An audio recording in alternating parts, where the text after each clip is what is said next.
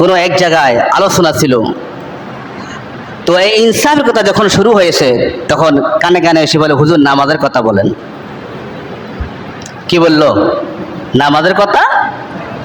আমি তো বললাম সমাজের মধ্যে 30% লোক নামাজি আছে যারা 5 ওয়াক্ত নামাজ পড়ে, আছে কিনা?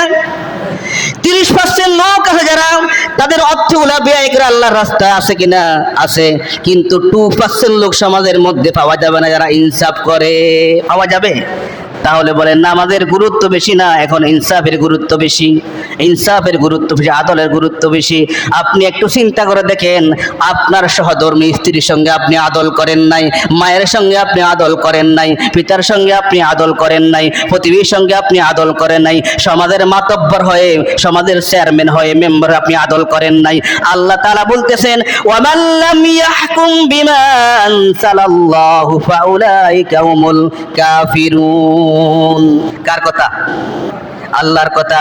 আমি আল্লাহ রাব্বুল আলামিন আসমান থেকে যে হুকুম নাজিল করলাম, যে ইনসাফের কিতাব নাজিল করলাম, যে ইনসাফের কথা নাজিল করলাম, যে আদলের কথা আমি নাজিল করলাম, সেই আদল অনুযায়ী যারা সমাজের মধ্যে, যারা গ্রামের মধ্যে, রাষ্ট্রের মধ্যে ইনসাফ করেন না, তারা তুমি মুসলমান বলতে পারো, তুমি অনেক বড় বুজুর্গ বলতে পারো, ফাউলাইকা হুমুল কাফিরুন। আমার ঘোষণা নয়, আল্লাহর ঘোষণা হচ্ছে তারা হচ্ছে কাফের।